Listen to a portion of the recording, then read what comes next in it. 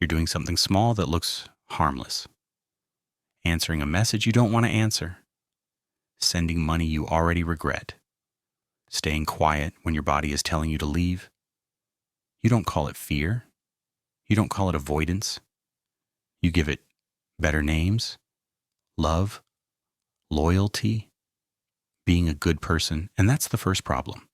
Because in real life, away from slogans and soft lighting, that behavior has another name. It's self-destruction with good manners. It's harm disguised as virtue. And it works so well that you rarely notice it while it's happening. You've felt this before. The slow drain. The sense that every interaction costs more than it gives back. The strange guilt when you even think about stepping away. That guilt didn't come from nowhere. Someone taught you that enduring damage is proof of character, that staying is noble, that leaving is failure. Here's the uncomfortable part. No one forced you to believe that. You adopted it because it made you feel safe, predictable, approved. But let's treat this like an experiment, not a belief. Just observe. No moral conclusions yet. Watch what actually happens when you keep saving people who never change. Watch what happens to your time, your energy, your clarity. Something always shrinks. There's a quiet truth about people that rarely gets said out loud because it ruins comforting stories. Not everyone is stuck. Some are settled. Not everyone is struggling. Some are feeding. And not everyone who reaches for you wants to stand up. Some want weight. Think of the last person who pulled you into their chaos. They didn't ask directly. They never do. They framed it as a temporary need, a rough phase, a promise of future effort. You stepped closer. You offered help. And instead of climbing out, they leaned harder.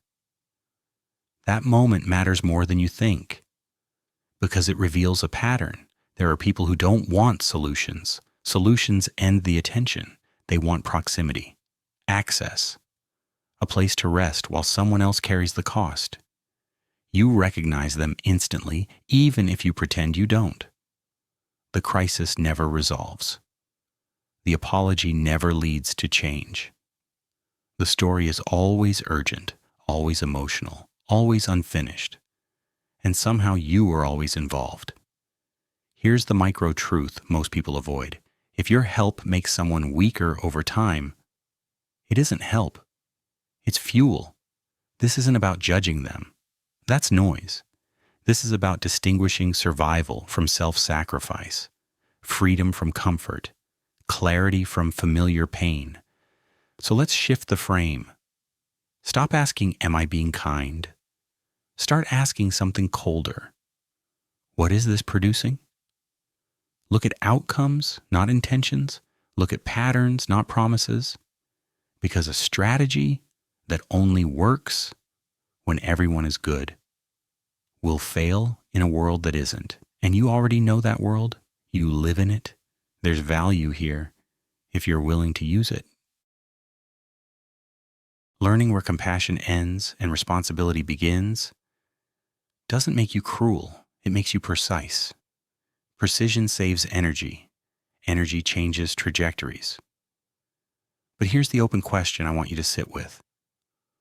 Why does the idea of not saving certain people make you uneasy?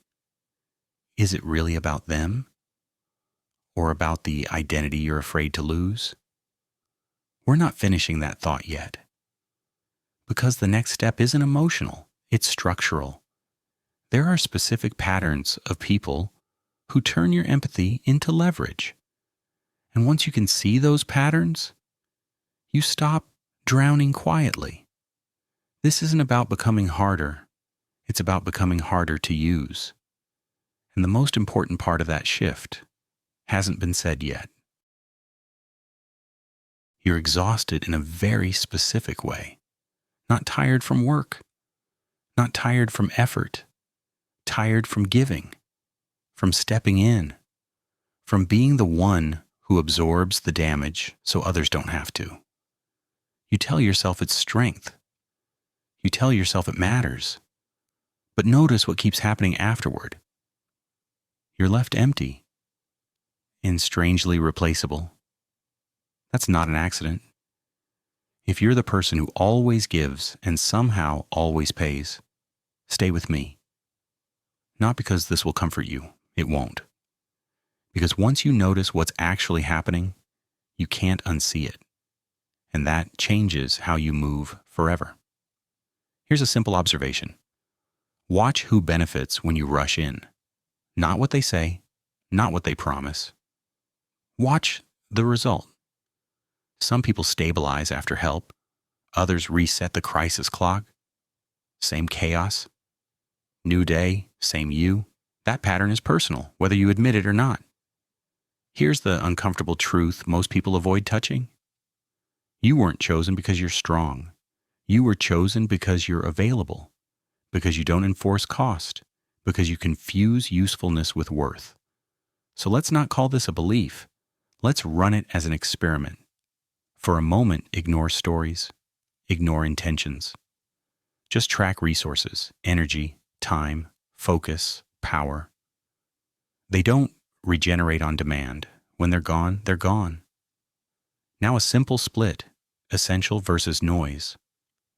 Some people turn your effort into growth, others turn it into static. Same input, completely different output. Here's why this matters. If you keep investing in places that can't produce returns, you're not being generous. You're funding your own future collapse. Quietly, respectably, with a clean conscience. That's the trap. You were trained into it early. Be helpful. Be understanding. Don't abandon people. Don't say no. Don't be selfish. And no one mentioned the fine print.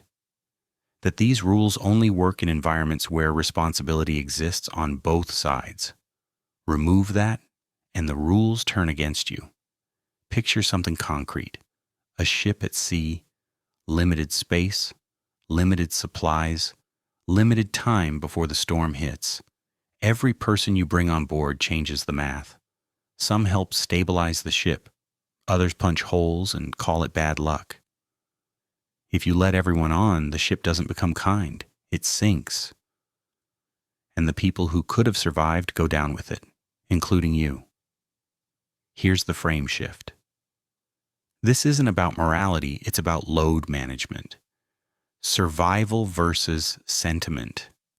Freedom versus the comfort of being needed. There's a strange relief in being the savior. You always know your role. You always know what to do. You never have to ask harder questions. But relief isn't the same as progress. And here's the part that stings a little. When you save someone too early, you don't help them. You delay the only moment that could change them. You remove friction. You erase consequences. You steal the lesson and pay for it yourself. Let that sit. Some people don't wake up until the floor drops out, until excuses stop working, until no one cushions the fall. That moment can't be outsourced, and it can't be gifted. So there's a darker kind of care that no one teaches you. Sometimes the most precise move is to step back, not out of cruelty, out of respect for cause and effect. This has practical value whether you like the sound of it or not. When you stop interrupting patterns, reality does the work for you, and you get your energy back. Not to harden, to choose better. Now the open question, why does the idea of letting someone fall feel so dangerous to you? What identity are you protecting by staying indispensable? We're not answering that yet. Because once you understand the mechanics, the next step is seeing the faces. There are specific types of people who turn empathy into leverage. They don't announce themselves, they blend in, they feel familiar, safe even. The first one is the hardest to spot. The one who never creates chaos directly, but somehow chaos always follows them. Nothing is ever their fault. Everything is always complicated. They don't break things loudly. They arrange conditions so things break on their own. And if you don't recognize that pattern early, you'll spend years cleaning up fires you never started, convinced it's just bad timing. That's where this really begins. You notice it fast, even if you pretend you don't. Every time they call, something is burning. A job gone, a relationship exploded, a deadline missed, a new emergency perfectly timed. You answer once, then again. Then it starts to feel familiar, uncomfortably familiar. At first it hits you personally. You feel that pull in the chest. How can one person get hit this often? You imagine yourself in their place. You step closer. You listen longer. You give more than you planned. Here's the part no one likes admitting. After a while, the pattern stops feeling random. The stories change, but the ending doesn't. Calm never lasts. Stability never sticks. And somehow you're always nearby when things collapse again. So let's pause the story and run a simple experiment. Forget motives, forget sympathy, just watch sequences. Help arrives. Crisis pauses. Then something small, avoidable, careless happens, and the cycle resets. That's the frame shift. Luck versus behavior, fate versus pattern, victim versus participant. Some people aren't chased by misfortune. They build the conditions for it. They rush decisions, ignore warning signs, pick fights they don't need, miss obvious exits, not loudly, casually, repeatedly. And here's the uncomfortable truth. They never own it. It's always someone else, a boss, a partner, a system, timing, always bad luck, never judgment. This matters for one reason. Chaos spreads. Not in a mystical way, in a mechanical one. When you attach yourself to someone who leaks problems, you inherit the spill. Their urgency becomes your distraction. Their fires become your schedule. Their reputation brushes off on you. Think in simple terms, anchor versus engine. Some people move forward. Others just need something to cling to while they sink. Here's the practical value if you're willing to use it. Once you recognize this pattern early, you stop donating your stability to someone who feeds on instability. You stop mistaking constant crisis for depth. You keep your footing. But there's an open question you might avoid. Why does this kind of person hold your attention so strongly? Why does their chaos feel important, even addictive? Because here's where it escalates. There's something they gain from disorder, something subtle. When everything is always falling apart, eyes stay on them. Concern stays high. Responsibility stays low. Drama becomes currency. And the hardest part to accept is this. You can't stabilize someone who is emotionally invested in collapse. If they need things to break to feel seen, they will make sure they do. That doesn't make them evil. It makes them dangerous to your momentum. And once you see that, the next realization is heavier. This isn't the only type. This is just the quietest one. The one that looks like bad luck instead of intention. The others are easier to spot once you know what to look for. Watch what happens when the pressure shows up. They freeze. Not because they can't act, but because chaos gives them cover. As long as everything is broken, no one expects results. No effort, no direction, just sympathy. You've been there with them, holding the umbrella, standing close while the rain keeps coming. You tell yourself you're helping. But notice this, they never build shelter. Why would they? You're already soaked for them. Here's the uncomfortable turn. When you protect someone from consequences long enough, You quietly train them to avoid responsibility, not intentionally, mechanically. So shift the frame. Try an experiment. Step back 1 inch, not forever. Just enough to see what happens when the weather hits them directly. Cold versus comfort. Action versus excuse. There's practical value here. When the rain finally lands, some people adapt, others panic. That reaction tells you everything you need to know. And here's the open loop. Why does letting them struggle feel more dangerous to you than letting yourself erode? Because if you don't step away, their misfortune doesn't stay theirs. It transfers. Schedules bend. Energy leaks. Focus rots. Proximity turns probability against you. Distance isn't cruelty. It's containment. Now the pressure increases. There's another type. Harder to spot. More painful to detach from. This one doesn't collapse loudly. They consume quietly. The first time you help, they glow. Gratitude spills out. Long messages, big words. You feel needed, useful, seen. That feeling matters more than you admit. The second time, the ask comes faster. Less context, less emotion. You help again. The thanks arrive late, short, almost procedural. The third time, there's no request, just expectation. And if you pause even briefly, something shifts. Tone tightens, a comment lands sideways. You feel it. The subtle guilt. The implied contract you never agreed to. Here's the micro truth. Some people don't experience help as a gift. They experience it as confirmation. Confirmation that you exist to supply. This isn't about money or favors. It's about gravity. No matter how much you pour in, nothing fills. The void doesn't close. It widens. So test the frame again. Resource versus void. Support versus sinkhole. There's a hidden danger here. When one person always provides and the other always receives, a hierarchy forms. And dependence does something ugly to people. It twists respect. It breeds quiet resentment. People don't hate those who help them once. They hate those they can't function without. That's the escalation. And the question stays open. How many times have you mistaken being needed for being valued? We're not done. Because this dynamic doesn't end with irritation.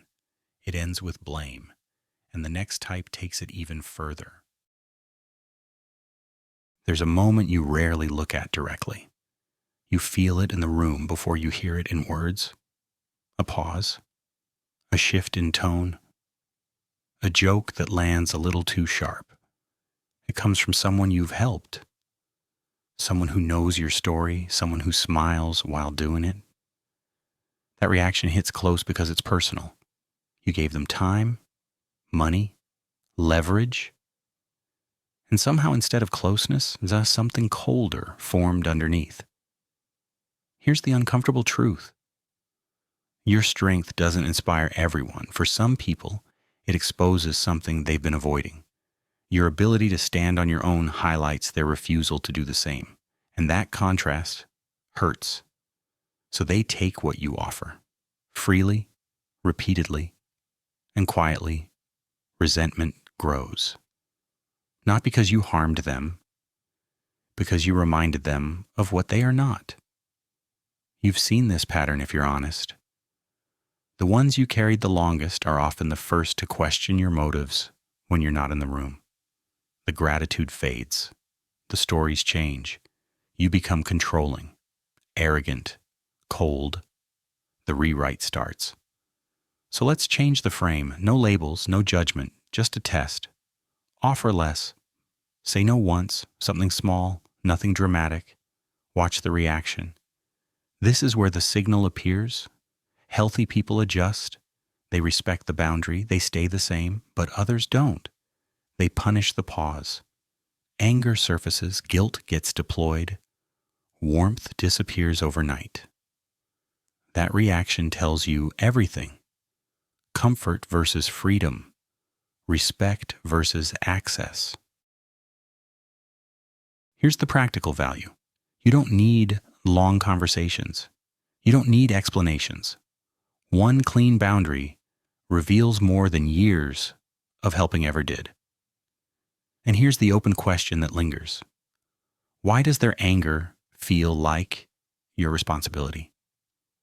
Because this is the escalation. Some people don't just drain you, they turn on you. Quietly, patiently, with a smile. Now we step into darker ground. The next type doesn't need your help. They don't need your money. They need something else. They need you smaller. You often know them well. You started together. Same level, same pace, same jokes.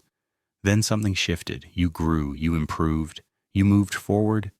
And they didn't. They never say it directly. They don't have to. They joke about your goals. They question your choices. They warn you about burning out or losing yourself. It sounds caring. It isn't. This is the smiling saboteur. They don't attack you head on. That would be too obvious. They slow you down instead. Subtle doubt, soft discouragement, advice that always points backward. Open enemies are simple. You see the blade. This one hides it behind familiarity, history, loyalty. And the question stays open as we go deeper. How many times have you mistaken proximity for alignment? Because this type doesn't want to destroy you outright. They want to save you from becoming someone they can't keep up with. And that's where this really gets dangerous. Pay attention to the moment you share something good. Not the words, the timing, the pause before they respond. You say you got the promotion. They smile, then tilt their head. Sounds intense? Those hours will destroy you. I'm just worried. You mentioned meeting someone who excites you. They nod. Say nice. Then add a warning. Don't rush. You always get your hopes up. I don't want you hurt again. It sounds caring. It isn't. That moment lands because it's familiar. You felt that slight drop in your chest. The quiet second guessing. The need to explain yourself when nothing is wrong. Here's the uncomfortable part. They're not protecting you from danger. They're protecting themselves from comparison. Your momentum puts pressure on their stillness, and pressure creates resentment. So let's shift the frame. Don't argue. Don't confront. Run a small test. Share less. Notice who relaxes when you downplay your wins. Notice who seems relieved when you struggle. That split matters.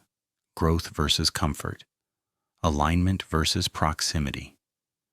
There's practical value here. Once you see this pattern, you stop handing sensitive information to people who can't hold it without twisting it. You guard your clarity. Your timing improves. And the open question stays alive. Why does doubt sneak in only after certain conversations? Because this goes further. Some people don't want to stop you directly. They want to slow you down. A late-night crisis before your big meeting. Advice that sounds wise but leads nowhere. A secret shared with the wrong person, framed as concern. It never looks aggressive. That's the point. They don't hate you loudly. They undermine you quietly, with familiarity, with jokes, with history. If you try to pull them forward with you, something breaks. Tension rises. Drama appears out of nowhere. The path gets messy right when focus matters most. Here's the hard truth. You can't heal envy with reassurance. It doesn't dissolve when you succeed together. It sharpens. So the strategy changes. Not confrontation, concealment. You don't need to lie. You just don't need to reveal. Keep your plans light, your joy private, your progress boring. When asked how things are going, you shrug. Same grind. Tough as usual. Watch how the energy shifts. Some people lose interest when there's nothing to feed on. Others grow restless. That reaction tells you where to place your distance. This isn't paranoia, it's positioning. Silence versus exposure. Safety versus validation. And here's the escalation. When someone feels threatened by your rise, they don't need to destroy you. They only need to shake the bridge while you're crossing. So pause here. Ask yourself one quiet question. Who knows your next move before it happens? Because the final mistake isn't trusting the wrong people. It's announcing your power too early. And we're not done yet. Slow down. Take one breath. Notice what just happened in your body. Faces showed up. Names you avoid saying. That tightening in the chest. The familiar thought. They need me. I'm different. I can handle this. That thought feels noble. It isn't.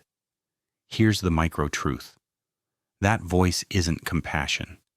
It's ego wearing a clean mask. It's the quiet belief that you're strong enough to override patterns that existed long before you arrived. Run a small experiment. Track your energy like a battery.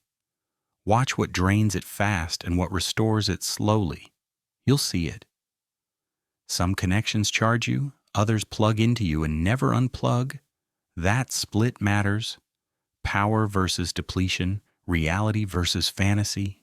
You're not infinite, you're human. Limited hours, limited focus, limited nervous system. When you keep connecting yourself to systems that run on pain, something inside you starts to corrode. First mentally, then emotionally, eventually physically. Stress doesn't argue. Betrayal doesn't announce itself.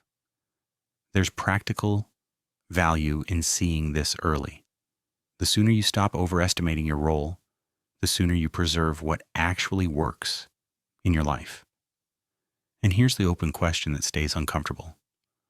What part of you needs to feel indispensable so badly? Because we're not done? There are deeper patterns ahead. The next ones don't drain you through chaos or envy. They go straight for your softest places. So prepare for a shift. Now imagine this. They don't approach you standing tall. No aggression, no threat. They approach slowly, shoulders low, voice quiet, eyes tired. They don't demand, they collapse. This is where many people misread the situation. There are real victims in the world, people who want out, who want relief, who move even slowly toward light. And then there's another type, harder to spot, more persuasive. They don't want escape, they want a stage. Notice how their pain never resolves. It gets narrated, reframed, polished. Every wound has a backstory ready. Every struggle comes with a reason responsibility can't apply today. Here's the frame shift. Sympathy versus strength. One builds movement, the other freezes it. They don't use force, they use fragility. Not as a state, but as a tool. Asking them to act feels like cruelty. Setting boundaries feels like violence. Expectation becomes oppression. Listen to the language. I can't because I'm broken. You're hurting me by asking. The world isn't made for someone like me. That's the hook. The uncomfortable truth is this. Pain can become profitable. When suffering brings attention, protection, and exemption, there's no incentive to heal. This isn't about denying empathy. It's about distinguishing rescue from reinforcement. And here's the open loop before we go further. How often have you confused supporting someone with carrying them? Because the next step reveals why this type leaves the deepest marks, and we're only halfway through the labyrinth. Watch what happens the moment you try to help them stand on their own. Not in theory. In real time. You offer something practical, a step, a plan, a way out, and suddenly nothing works. Their body goes heavy. Their reasons multiply. Every solution creates a new problem. You felt this strain before, that strange resistance, like carrying someone who refuses to move their legs while insisting they want to be saved. Here's the uncomfortable truth. If they actually got better, they would lose something they rely on: their excuse, their attention, their role. Weakness isn't just a condition for them, it's an identity. So let's shift the frame. Stop calling this help, call it a test. Offer support once, watch the response. Not the words, the behavior. Some people climb when you hand them a ladder, others explain why ladders don't work for them. You offer a rope, they complain about the burn. You reach down to pull them up, and they suddenly go limp, forcing you to carry all the weight. That split is everything. Effort versus performance. Movement versus theater. Here's the practical value. When you see this pattern early, you stop wasting strength on someone who is invested in staying weak. You protect your spine, your time, your future. And here's the open question that tightens the chest. Why does their helplessness make you feel responsible? Because this escalates fast. Every rescue teaches them something dangerous. That being broken pays. That collapse brings care. That stagnation is rewarded. You don't heal them, you train them. And then comes the turn you never expect. The moment you step back, the moment you say you can't carry them anymore, the tone changes. Softness disappears. The fragile one sharpens their teeth. They need a villain, so they rewrite the story. Your exhaustion becomes cruelty. Your boundaries become betrayal. Your silence becomes abuse. They don't just walk away hurt, they leave loudly, publicly, convincingly. This is the darkest part. By trying to be their hero, you unknowingly audition to become their enemy. The story demands it. That's why this game is unwinnable. Staying destroys you. Leaving makes you the monster. So don't play. This isn't love. It's self-erasure. It's mistaking suffering for virtue. And it quietly strips the other person of their agency by treating them as incapable. There's a colder, cleaner move. Step back completely. Let the stage empty. When the audience leaves, the performance loses its fuel. That's not cruelty. That's reality restoring balance. And now we go further. Because the next type doesn't collapse. They don't plead. They don't perform weakness. They do something far more dangerous. They refuse to learn. You've met them, confident, certain, loud in their certainty. Their life burns slowly, but they argue with the fire. Advice bounces off. Evidence doesn't land. Every consequence is someone else's fault. This isn't lack of intelligence. That can be fixed. This is refusal. And if you're not careful, trying to save this person won't just drain you. It will start to distort how you think. That's where the real danger begins. Watch the pattern closely. Same mistake. New week. Different excuse. Wrong partner again. Another can't miss deal that vanishes. Another fight they swear they were right to start. You see it forming before it happens. The edge, the drop. And because you care, you step in, you point at the map, the numbers, the warning signs they skipped. You lower your voice, trying not to sound superior. You say stop, slow down, look. That's when it turns personal. They don't pause, they don't listen. They smile in a tight way. Then they push back, argue details, question your motives. Suddenly you're not helping, you're interfering. Here's the uncomfortable truth. Some people don't want direction, they want confirmation. And advice feels like an insult when someone is in love with their own certainty. So change the frame. Stop trying to convince. Run an experiment instead. Offer truth once. Clean. Simple. Then watch what happens next. If someone is open, they ask questions. If they're closed, they perform gymnastics. Logic bends, facts blur, the conversation loops until you're tired and they feel victorious. That split matters. Growth versus ego. Learning versus defending. There's practical value here. The moment you stop debating reality with someone who rejects it, your energy comes back. Your mind clears. You stop burning fuel in circles. And here's the open question that stings a little. Why does their refusal feel like your responsibility to fix?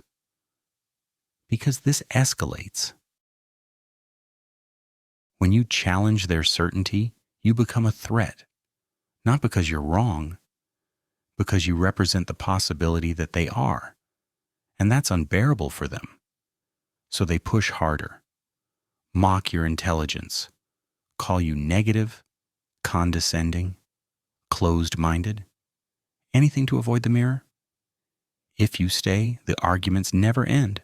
Same points, new words. You leave every conversation drained. They leave unchanged. And here's the part people hate accepting. When they finally fall, and they will, nothing shifts. No reflection, no lesson. They blame timing, circumstances, someone else's distraction, sometimes you. Reality hits. They refuse to read it. That's when you need to stop playing teacher. Trying to force insight into a closed mind isn't kindness. It's control disguised as care. And it quietly pulls you into their collapse.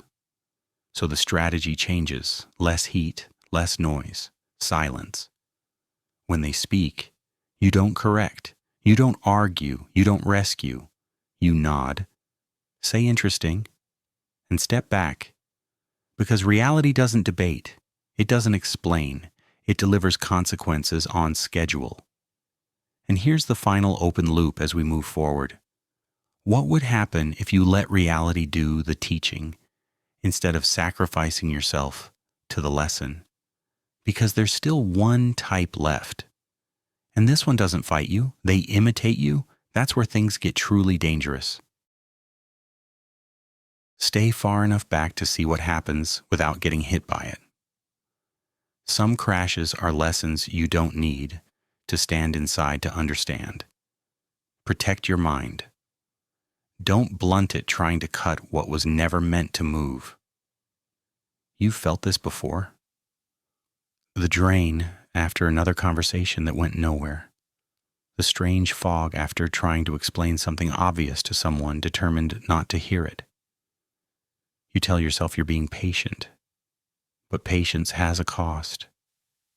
Here's the uncomfortable truth. Wisdom wasted on closed ears doesn't make you generous. It makes you dull.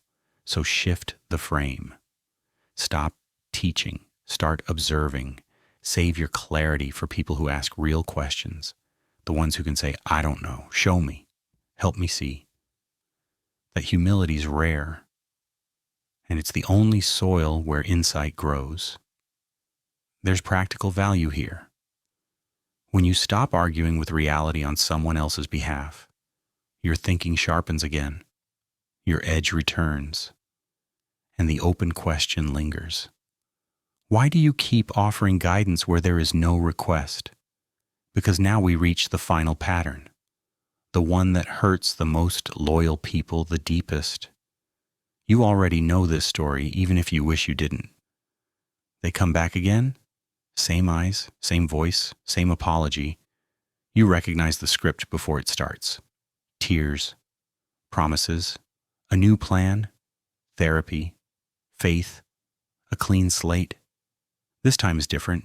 You want to believe them, not because the evidence supports it, because believing feels better than letting go. Here's the micro truth. Some people don't repeat mistakes. They repeat themselves. Think in simple terms. Past versus promise. Pattern versus hope. There are people whose behavior isn't an accident, it's a loop. Betrayal, remorse, forgiveness. reset, over and over. And every time you intervene, you change one thing. You remove the cost. That's the experiment.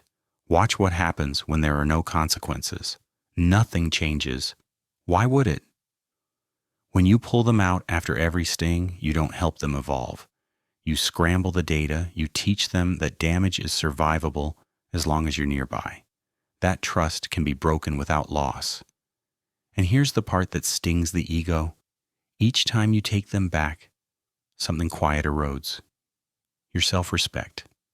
And they feel it, even if they never say it. People don't respect endless forgiveness. They interpret it as permission. This isn't about becoming cold. It's about becoming accurate. Nature versus narrative. Pattern versus fantasy. And the open loop remains as we close this section. If someone has shown you who they are repeatedly, what exactly are you waiting to see next? Because the real danger isn't that they sting again. It's that you stay close enough to call it love. Notice the quiet calculation that happens in their head. They crossed the line once. You forgave it. So the next line moves closer, then closer again.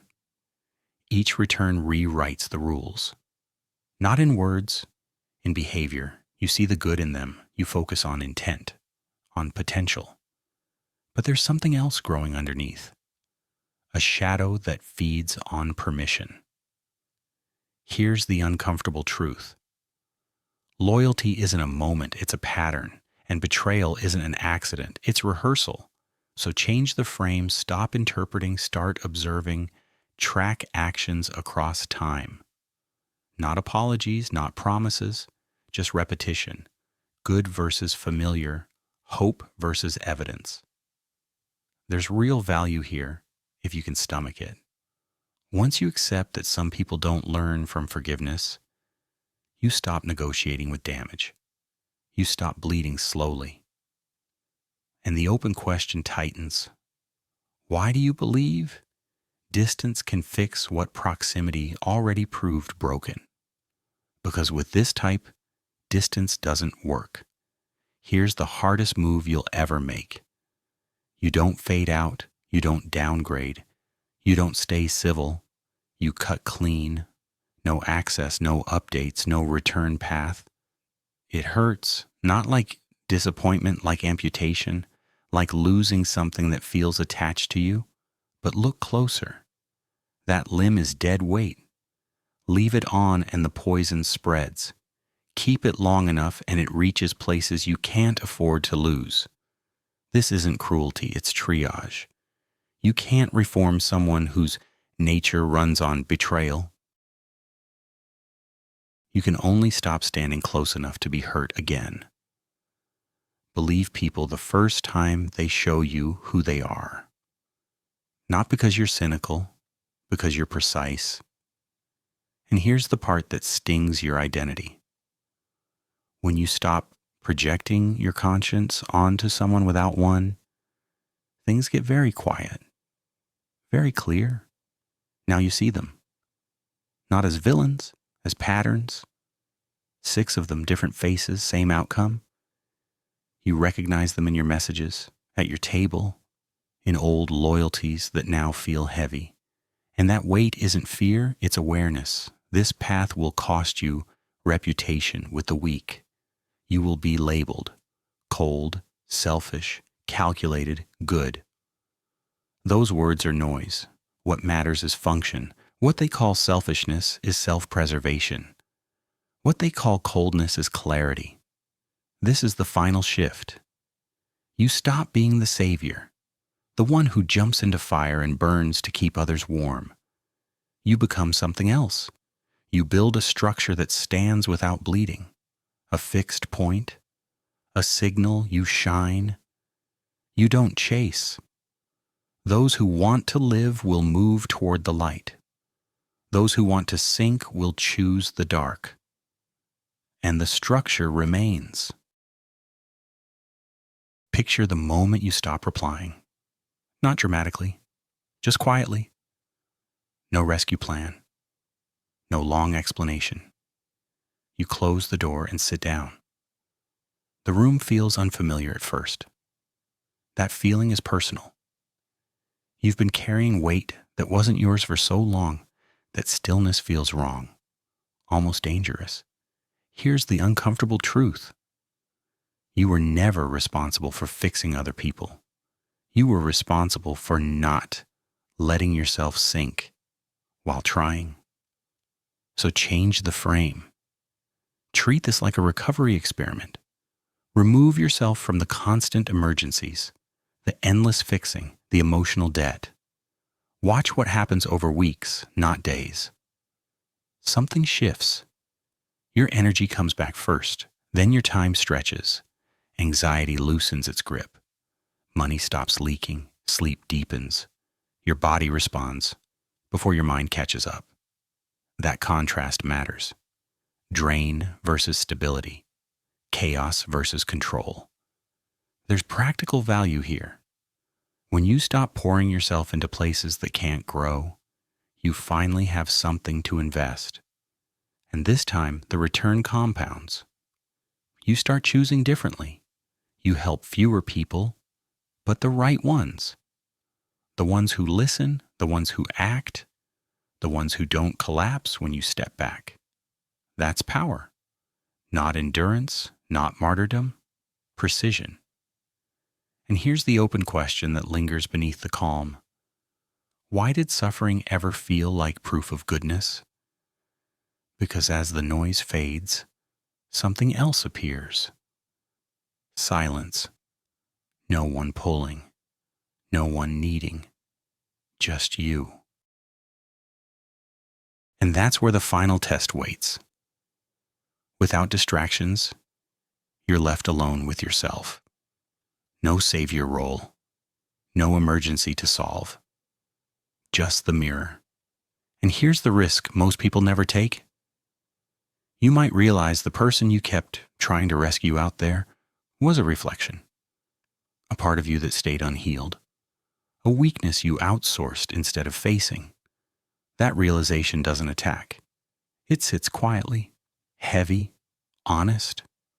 So the real work begins there. Not fixing others, not managing chaos, but dealing with what remains when everything unnecessary is removed. Essential versus noise. Freedom versus comfort. If this unsettled you, that's the signal. It means something moved. But understand, this is only the surface. There are layers beneath this that don't survive public spaces. Certain patterns can't be discussed openly without distortion or punishment. Most people won't go further. They prefer reassurance. If you're still here, you're not looking for comfort. You're looking for clarity. And this isn't the end. It's the point where things stop being visible and start becoming real.